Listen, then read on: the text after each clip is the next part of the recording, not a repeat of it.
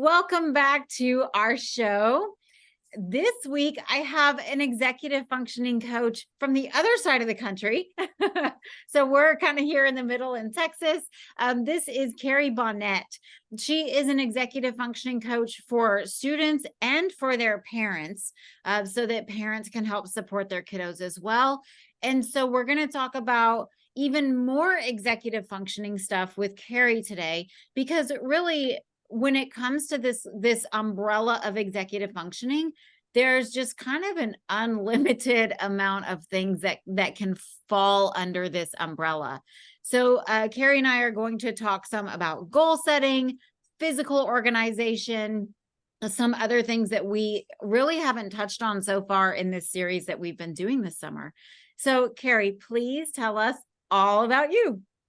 Thank you. Thanks for having me. As mentioned, I'm Carrie Bonnett. I live in Oregon. You mentioned I live far away from you, so that's where I'm based in Oregon. I'm an executive function coach. Yes.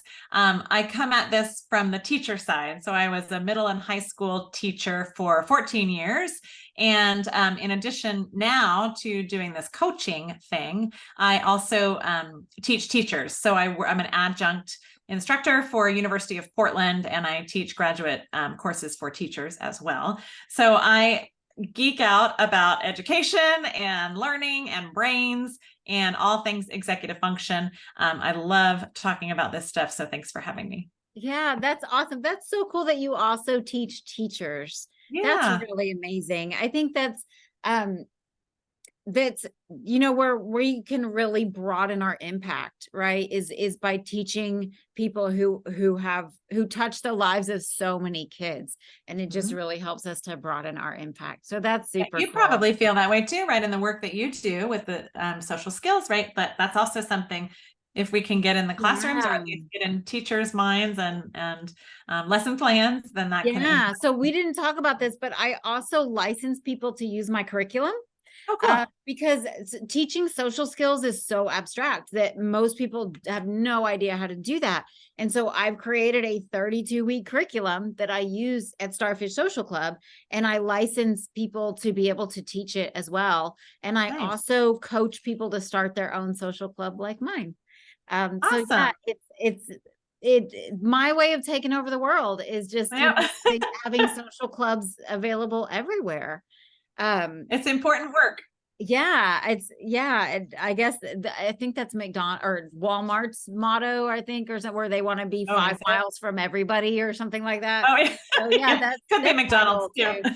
Have a Starfish branch at 5 miles from every kid who needs one. I love it.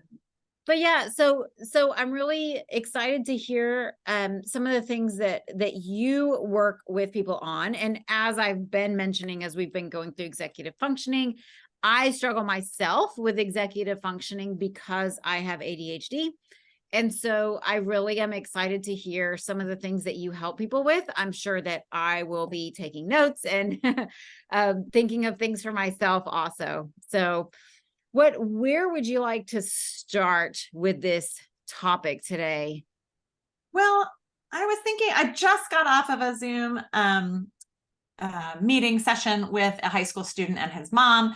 And we were specifically talking about kind of tools for time management, but also just like keeping things in your face. So what executive function skills are the skills, the brain skills that help us get stuff done. That's how I like to describe it, like the short version.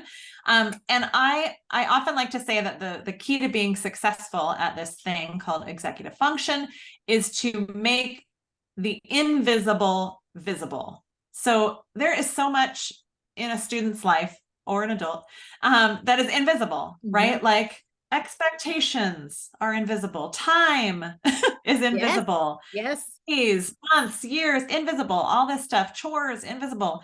And so one of the things that I just was talking to this high school student about just moments ago was this idea of just keeping it in your face. So to me, what that looks like is like time, for instance. Time is invisible. It's super weird. Sometimes time feels real fast. And sometimes time feels real slow, and 5 minutes can feel like an eternity when you're sitting in a class at the end of the school day or something like this. So tools like keeping an analog clock in your face so you can see the passing of time. Using timers when you need to. Maybe we were talking before we started recording about transitions, right? Like timers can be super, super important for keeping stuff in your face. Oh, that's right. I'm leaving the house in this many minutes. So I know I have to make that transition. But even we were talking, this high school student and I were just talking about making a to-do list. Sometimes I call it a daily plan or an evening plan for students, but it's just basically a checklist. But if it's in sight, we are way more likely to do the things on the checklist or the daily plan than if they are just floating around out there. Oh, that's right. I know I need to do these things, but if they're not visible, they disappear, especially for brains that have challenges in this area. Let me show you. I'm at my office at Starfish Social Club right now. I realized I really overbooked myself this month in multiple ways. So I had to make myself a paper calendar. And then these are specific things that I need to do in addition to my calendar. This is another to-do list on this Post-it note. These are notes from a meeting that I had yesterday. This is a task analysis of a repetitive task that I have each week. These are notes for a workshop that I'm preparing. So yes, I love sticky notes. You do too. Yeah. You have everything visible right there. I do. You know, it's Post-it notes are definitely, they're actually, I'm looking at my desk right now. There's probably 25 of them on my desk right now. And Post-it notes are definitely my go-to strategy. I think I wouldn't say it's the most effective. But I know when I write something down, I remember writing it down, and I know that it's on a Post-it around here somewhere. It's here. My next task is to figure out how to organize my Post-its, because this is a little chaotic.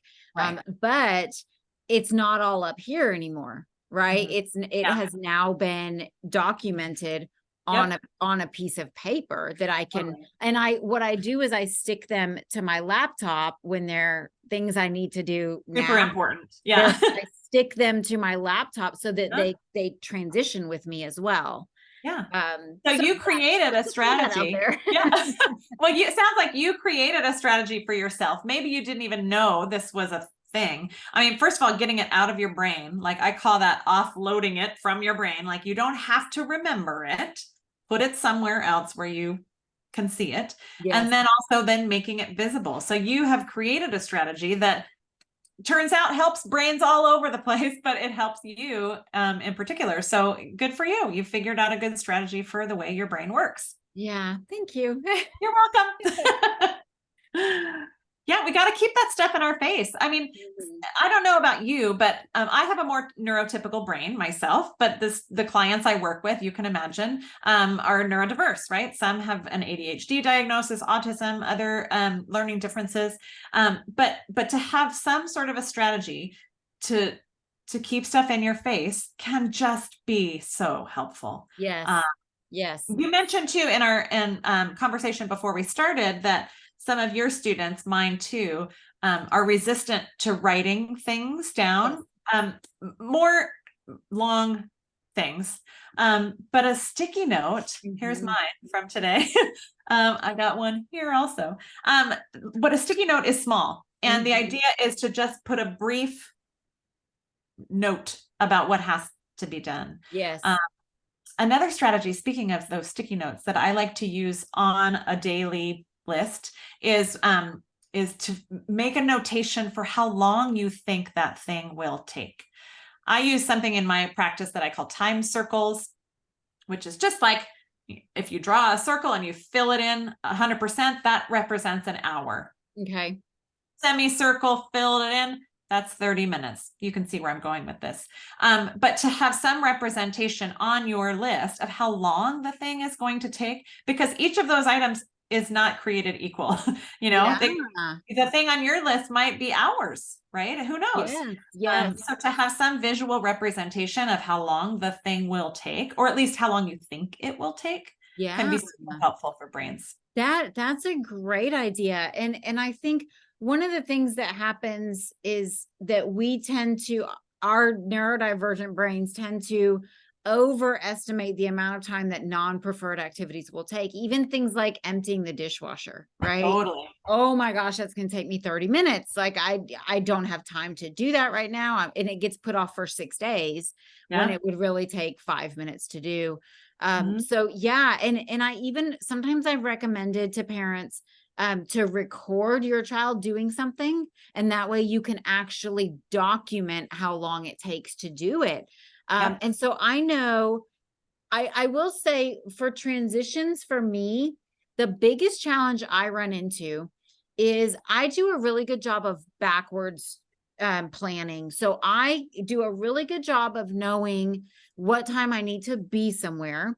And so what time I need to leave my house. And I do a really good job of that. What I get caught up in so often is, what do I need to do to be ready to leave the house? And Yeah. so then there's 7 minutes because, I need to get my clothes for the gym ready because I'm going to the gym after work. I need to feed the cat. I need to get my lunch. I haven't made my lunch for the day.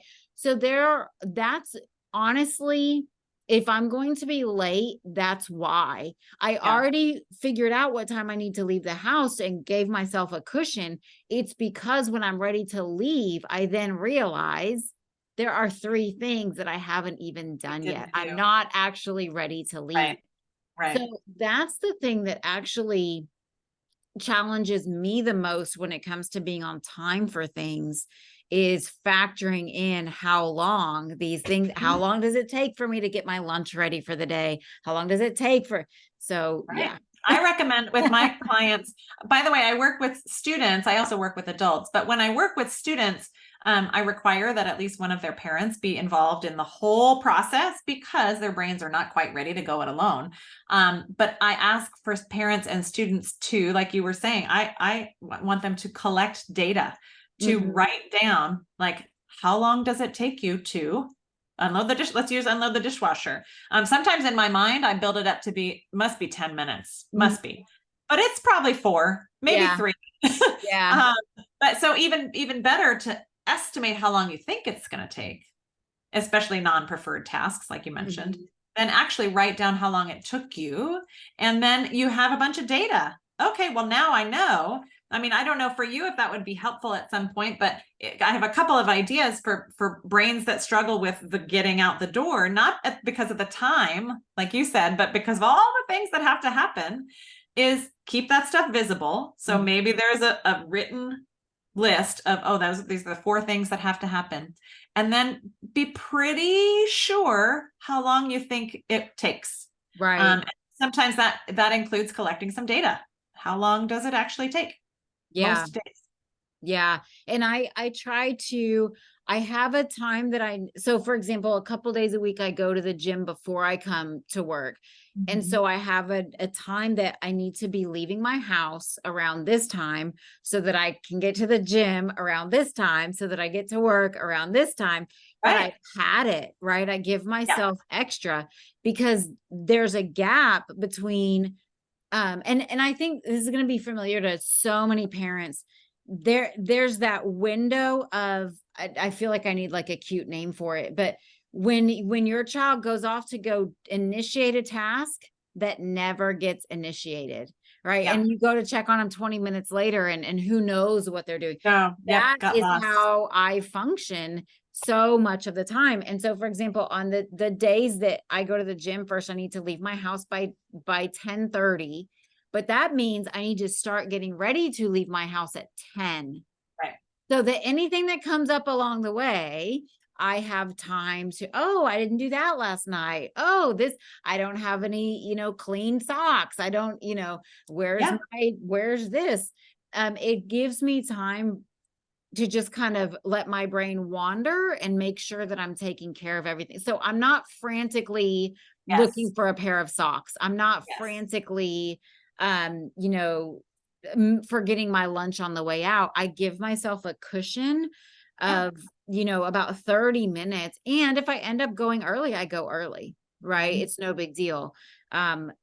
But yeah, sorry, I feel like I'm like rambling about. No, but I mean, that's another strategy, right? I have had many students and adults say that they pad their estimate always, Mhm. or double it. I had an adult client I worked with who said, like, if I think this work project is going to take me 30 minutes, I will allow an hour because I Mhm. just either know myself or, but that's a strategy, right? And that's this thing called executive function. The brains that struggle with this stuff, that's what I do. Coaches like me help create strategies to support the brain that we know Yeah. has challenges in this area. So how can we? And so those are, you're just giving another example of a strategy to use. Yeah. Yeah. Yeah, that's awesome. Thank you for sharing those. I like those. I like the time circles.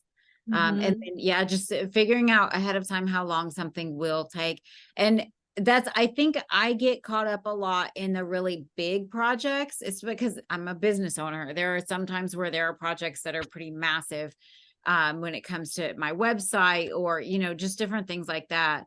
Um, and those are the things that get procrastinated the most, are the things that Big one. that we either think will take a really long time or that we know will take a really long time. You know, those Mhm. are the things that Or get. it feels so big Yes. that like just like you You're like, where do I start? can't put on your way on your little list, do website. Because Right. it's a mountain, And right? So that's what this thing is this is a project I do every week, and the project itself doesn't take maybe 2 hours, an hour to 2 hours, but there's just a bunch of steps. And steps. it's the Yep. same every week. It has to do with the actually the podcast and YouTube and that kind of, it's, you know, how I get all the links together and Yeah. how I pull out I mean, it's all that, but it's a lot of But it little takes a lot. steps. But Mhm. now that I have it written down, You don't okay, have to recreate it one, every time. two, three, four, Yep. 5, 6, done. Totally. Right? And it's the offloading it, but it's also that you don't have to recreate it every time. Sometimes students that come to me, they, especially like, let's say that their big thing is some kind of an assignment, right? Like Mhm. not working on your YouTube links and stuff, but some kind of an assignment. And if they don't really like have a clear picture of what to do, Mhm.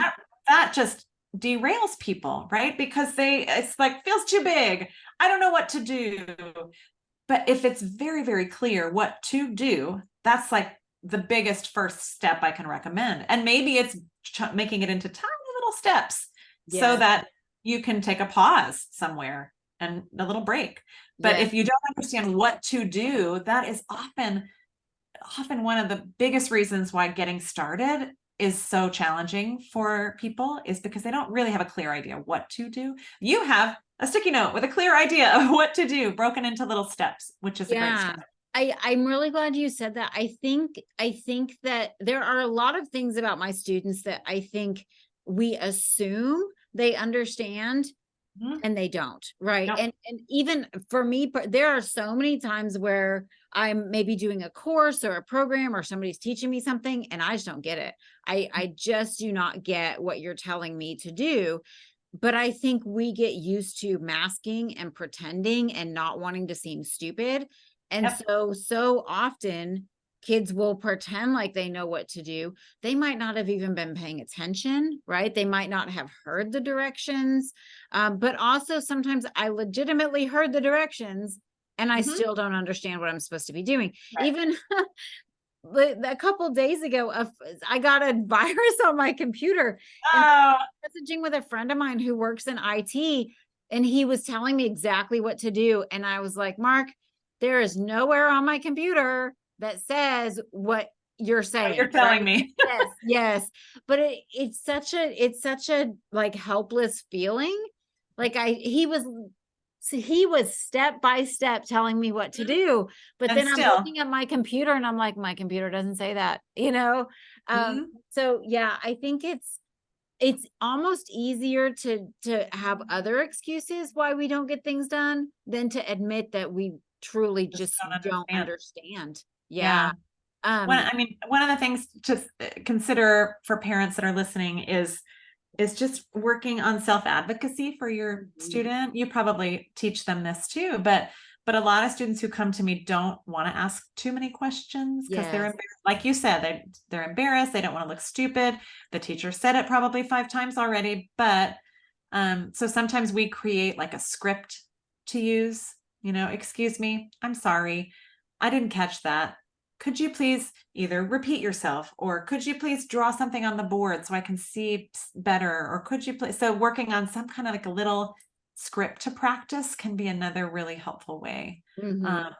to just, I don't know, stick up for your brain is what I say. Yeah. And I noticed that because I'm very aware of what might be misunderstood or what might be not understood, I noticed that I will say things in multiple ways and multiple times.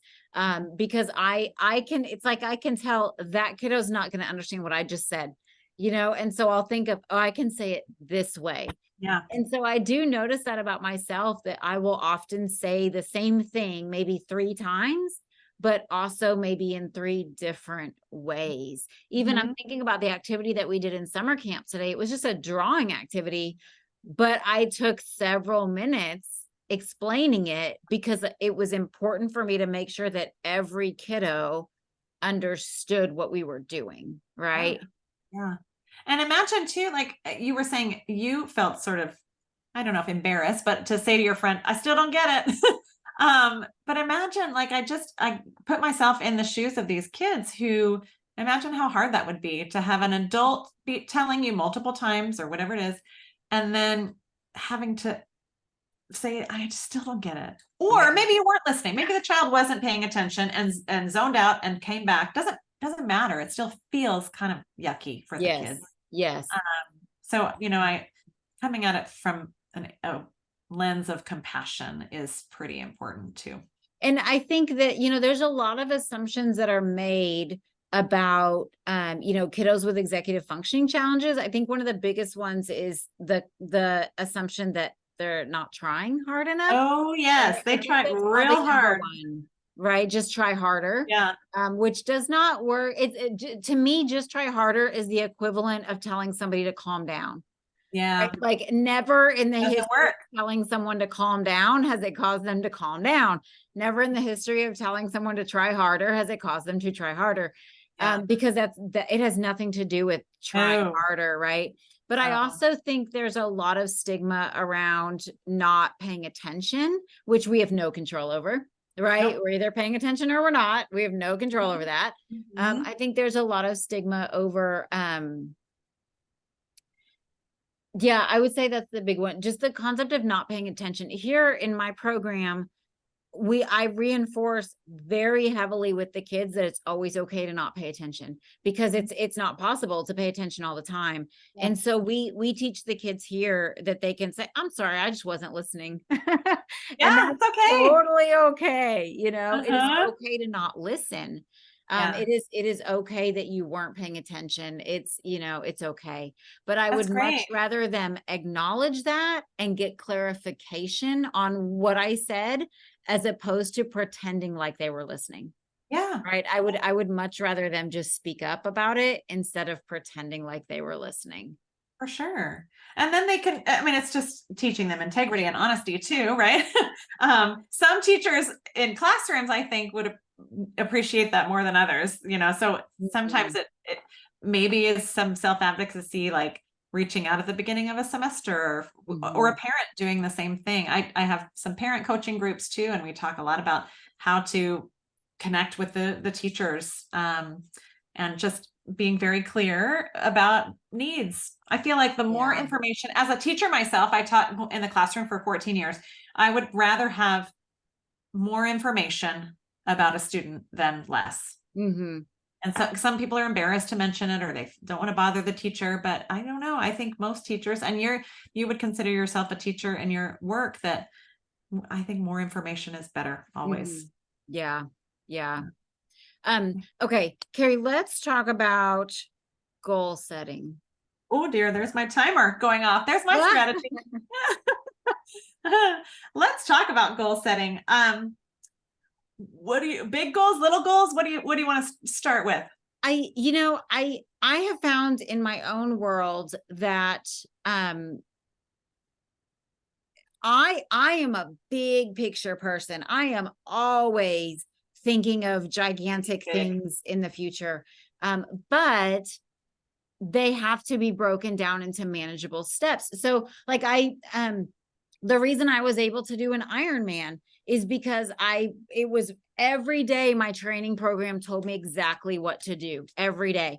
I'm learning 3 languages right now, but every day that I log into the app, it tells me, right, there's my Yeah, what's lessons for the next? day. Mhm. So it's not just me sitting here being like, how do I do an Ironman? How do I learn a new language? Yeah. It's that broken down. And so Makes sense. I feel like my students are capable of achieving anything that anybody else is capable of achieving. We just usually might need more time to Yep, achieve it, and we might need more support along the way. But I exactly. think the goal doesn't ever have to be any, I've got kids who want to be teachers and doctors and veterinarians, and absolutely, it just might take us longer to get there, right? Yeah. But I think I am all about the big goals, but then we need to be able to, okay, what does this look like on a day by day basis, Right. right? What do I need to Right. do today and tomorrow and the next day and the next day? Because otherwise, with the time blindness, 3 months go by Mhm. and we're not any closer than we were, Yeah. when we first had the goal. It reminds me of what you were talking about planning backwards from like a Mhm. big, you start with sort of the end and then you figuring out like what do you need to do now? Like we can attack big goals in the same way, like Ironman, big. Like, okay, what about in the next 3 months? What am I going to work on? And then even closer, like, what about today? Just today. So Mhm. I talk about that with students too, like big dreams and then sort of that kind of goal setting. But we also talk about just little goals also, like, and keeping it in your face. Like, I feel like I'm saying that a lot, but like making those goals visible. Yes. Um, I just looked up before we got on there's a research study by Dr. Gail Matthews, I forget which university, but about goal setting, and the percentage is that we are 42% more likely to meet our goals if we write them down. That's it. Just like could be my little sticky note here. Here's my 3 Uh-huh. goals for the day. Could be a big one like Ironman. If you write it down, just write it down. And part of it, I'm sure there's more to it than just keeping it in your face.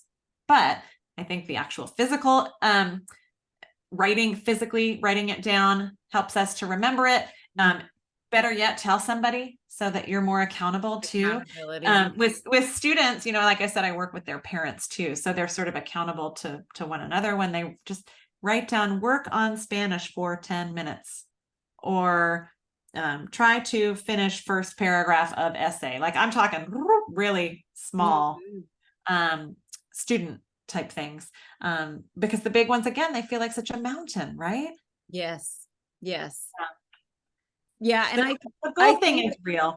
having daily things that you can do.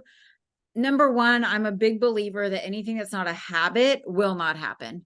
Yeah. So if you're doing something every day, it just becomes part of your day. It just becomes part of your routine. So whether it's like me, I work out every day Yeah. because then it's just what I It's do. what you do. Yeah. Yeah, it's the same with my language learning. I do it every day because it's just what I do. I have Yep. another big goal that I'm working toward now. So every day I do something that's Mhm. aligned with that goal, because otherwise that's when 2 months go by. And, Yeah.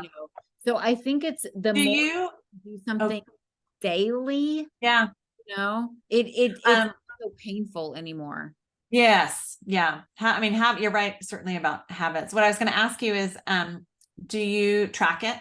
Do you use a habit tracker of any kind where, I mean, I guess if you do it, you're in the habit now of doing it every day, but Mhm. sometimes I recommend when you're starting and you want something to be a habit is to track it, and keep it visible. But to track it so that you kind of like hold yourself accountable a little bit. What's interesting? So I personally don't need accountability. Yeah.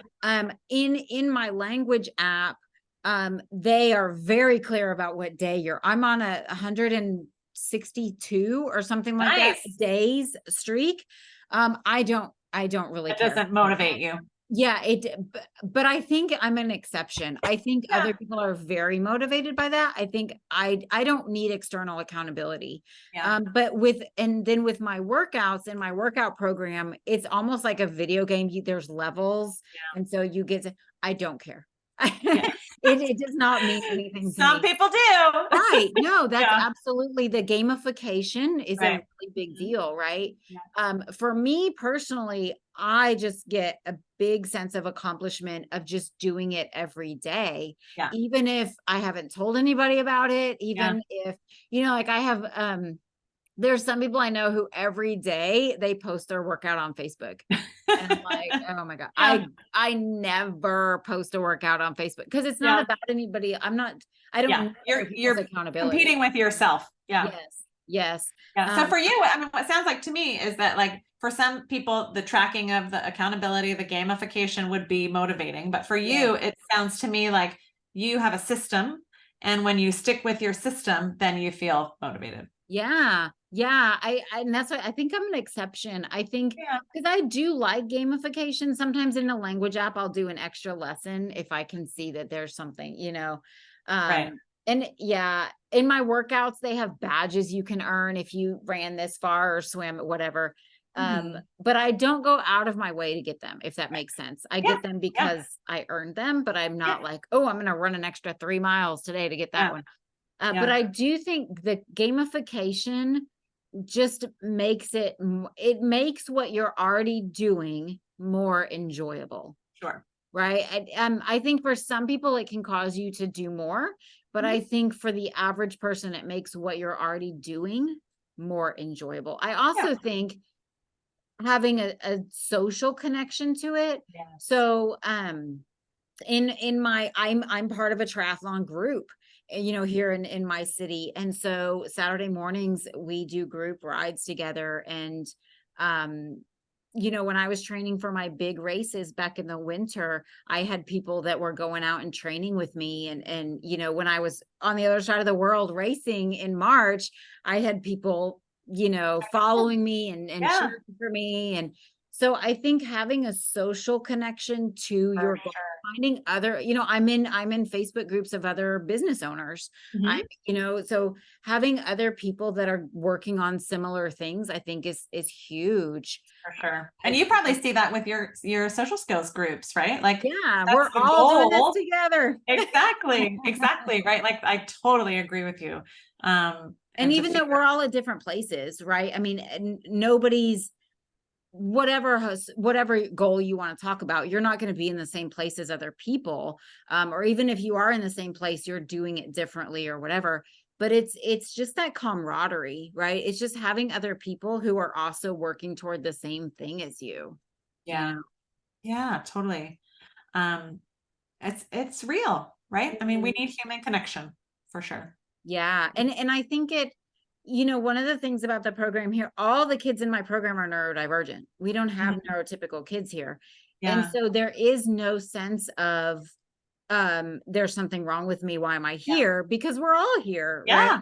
So it's not like maybe in school where you're getting pulled out of class, or having to stay after school, or, we're all doing it together. Yeah. So I think it really definitely, it creates just that community, as opposed to, why am I having to do this and nobody else is, For sure. What a special thing for them. Thank you. Yeah. Yeah, I love it. What else should we so yeah, I think you know what, when we were talking about making the invisible visible, and you mentioned using it in terms of physical organization, I would love to talk about that, because I think I think I told this story on a different episode, but for me, for example, I don't do things ahead of time. So even this Saturday bike ride that I do every weekend, with my group, most people get everything ready Friday night and in the car, and because we go early, especially now that it's so hot. I don't do things ahead of time. So I get up Saturday morning, I get everything ready. So, a week and a half ago, I actually got stuff ready on a Friday night. So I put my bike in the car. I put all my stuff in the car and I was ready to go. And I got up the next morning and I was getting ready to go. And I went to get my bike out of the room where I keep it. And I freaked out Because because it wasn't there. yes, yes. I thought there was probably 5 seconds where I went into panic mode because my bike was gone. And then it took me about 5 seconds for it to register that I got my stuff ready last night. And You messed with your system. Yeah. But I think it's that concept of, how can you be mindful about organizing your space Mhm. in a way that makes the invisible visible? Just like you said, even I bring my lunch every day. So I leave my cooler on my kitchen counter at night so that I see it in the morning and I don't walk out the door without it. Yep. Go to the gym every day. I have my workout bag in the middle of my bedroom floor. Yeah. Cannot function. You can't walk through the path without seeing it. Yeah, that's again a strategy. I mean, that's exactly it. Like I would say when it comes to organizing your stuff, let's say, could be papers for adults and students, could be toys, could be who knows what, all the things in life, right? Two things I would say. One is exactly what you said, which is make the invisible visible. Somehow figure out a way to keep it in your face so you know to remember the thing. Yes. And then the other is that just everything needs a home. Like Yes. and this is so easy to say. It is not a simple, maybe I should say it's a simple thing to say, but it's not easy to implement.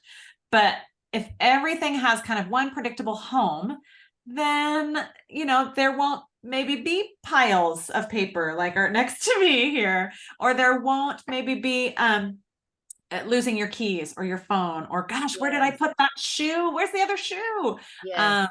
So, it's not easy to do. But if you start real small and figure out like, what's the most annoying thing that I misplace, or what's the most annoying thing that I forget, or whatever the thing is, like, just pick one, just like we talked about, like baby steps, little by little. What's the most annoying thing, and figure out a home for that. And then comes the training of the habit of putting it in its home every single time, which takes time. But that's the goal, right? Like make the invisible visible and then make everything have a home. Just one home, just one. And I have to say, so I was a hoarder for most of my life. It's really been in the last 3 years or so that you would not know that now. If you walked into my house. But for most of my life I was, and the disorganization, I just don't have a brain that's organized. It feels so chaotic to operate in that kind of world. It does not feel good to not know where your stuff is, to not be able to find things. Now in my home, I have to say I'm so proud of myself. My stuff has a home, right? Like, and when I have a bin right by when I come in from the garage, that's where my sunglasses go. That's where my keys go. That's where my purse goes. I have, all my shoes, my everyday shoes go in my closet on a shoe rack. So when I come home if I'm coming home from work, I go in my closet and I put my shoes back on the rack. My clothes go in the hamper. I have a room that's specifically for my workout stuff. But my running stuff is in one basket. My cycling stuff is in one basket. Got it. I have to say that it makes me feel so much calmer and so much more just on top of things, even though it's so difficult for us to put systems like that in place. Once they're in place, oh my gosh, it's a life changer. The only caveat I would say is that we have to come up with our own systems so people can make suggestions to us, but it does not work for someone to say, here, use this system. Right. So that comes for physical organization, planners, binders, notebook. what you cannot give somebody an organizational system. You have Yeah. to help them, let's try this, let's try this, let's try this. What works best for you? What Yep. feels best for you? Yeah. Because even some of the things I just said, there's going to be Yep. people listening, or there's going to be kids out there for whom those things would not work. Totally. But it's a matter of finding your own systems and your own routines, and then doing them every time. Right. Yeah. Mm-hmm. Yeah. I mean, that's what I tell parents and students, anybody I work with at the beginning, is that part of my job as a coach is to share information about brains, because a lot of it is brain based, but also to sort of like throw strategies. What about this? What about this? Maybe this one would work. Is to throw tools and strategies at a person and see what sticks. And it's not fast, like that process. I don't imagine that the process of going from one extreme to this more orderly living for you was fast. I would imagine that took a lot of time and patience and persistence. But you're right. Like sometimes people come to me and I think they want the binder or the planner or the system. And I do offer, I have lots of ideas about this stuff. But I first make very clear, like we do a lot of background conversation about brains and about your particular brain. Like, what is it that your brain struggles with? What are your strengths, and how can we make those struggles less of an impact? And let's come up with some strategies together. But I can't just say, do this, especially if for students, especially like it's important that they understand that this is a brain thing. It's not a character flaw. They're not being willful to like, I don't want to pay attention. It's just how their brain works. So that part has to happen before the strategy throwing that I do, is to understand why the strategies work and then choose something that works for you. Yeah, absolutely. And I think even going back to everything having a home, in terms of collecting and hoarding, which is it's a common thing for people who are neurodivergent. One of the things I have taught myself to do is, in addition to all of the stuff I have let go of in the last 3 years, I'm super mindful about what I allow in. I actually really don't like being given things because I probably don't want it or need it. And then I feel, like I have the obligation to keep it. I don't know what to do with it. So even things like, a friend gave me a Yeti cup thing for my birthday a couple years ago. I have no use for that, but it was a gift, and then I feel bad about it. So I actually really prefer for people to just, please don't give me things. But it's being mindful about things that come in. And so if I'm thinking about bringing something into my home and I can't figure out where I'm going to put it, then it does not come into my home. Right. If it doesn't have, I was even looking at some shells that I collected on my vacation in March. I was looking at them yesterday and like, why did I bring those home? They have a certain place where they sit, but they don't need to. I mean, like I very much could have left them on the beach. So it's just, I really like that concept of everything having a home. And for me, it's, if it doesn't have a home, then it probably doesn't be in my home. Yeah. Good for you. Okay, Carrie, is there anything else that you want to share with us before we wrap up? Oh, I think I just want to come back to that compassion thing, that like, be gentle with yourself and your kiddos, that it's not a character flaw. Like these are just challenges because they're challenges in your brain. There's a brain thing. So I like to blame the brain and not the kid, and blame the brain and not the human. It's just, be gentle with yourself. We are all doing the best we can. Exactly. Right? We are all doing the best we can. And I think along with that, I think those of us who think and process and live a little bit differently, we are struggling. Right. But we're trying to not show how much we're struggling, and we're trying to not get in trouble for how much we're struggling. And so I think it's definitely even sometimes with my kids going along to things they understand or pretend to understand, I notice even sometimes with humor that sometimes somebody will say something and other kids will laugh. And then I'll notice one certain kid that I know did not get it will laugh. Yeah. Right. So I think unfortunately we become really good at masking and pretending because Mhm. we don't want to show how much we're struggling. But yeah, anybody whose brain works differently, I guarantee like they're struggling with something, organization, time management, attention, getting stuff done. There's just something, Yeah. it's just different and it's a struggle. And the last thing we need is the guilt and the shame and being made to Yeah. feel like there's something wrong with us because we weren't paying Right. attention. Right. There's a lot of shame around I it. was busy thinking about what I'm going to accomplish in 3 months. Wasn't thinking about math class. That's all. Sorry. That's all. I wasn't doing nothing. Be gentle with yourselves. Yes. Yeah. Thank you, Carrie. Okay. You're Before we go, welcome. please tell the people where The they can people. find you. Thank you. I have a website, as I'm sure is no big surprise. So you can just find me at carriebonnett.com, which is CarrieBonnett.com. That's my website. And then I also have like a freebie that it's called my blueprint for helping your child get things done without constant reminders. And you can find that on my website or just do carriebonnett.com/blueprint. And you can get that guy for free. And I have a weekly email newsletter that I send out with lots of tips and resources for parents, caregivers, and students as well. Amazing. Thank you so much. And we'll link all of that up in our show notes. Cause again, that's what this all is. Yeah. Sure. Those Post-it notes have a reason. Yeah, that's making sure every time I do an episode, everything gets all done.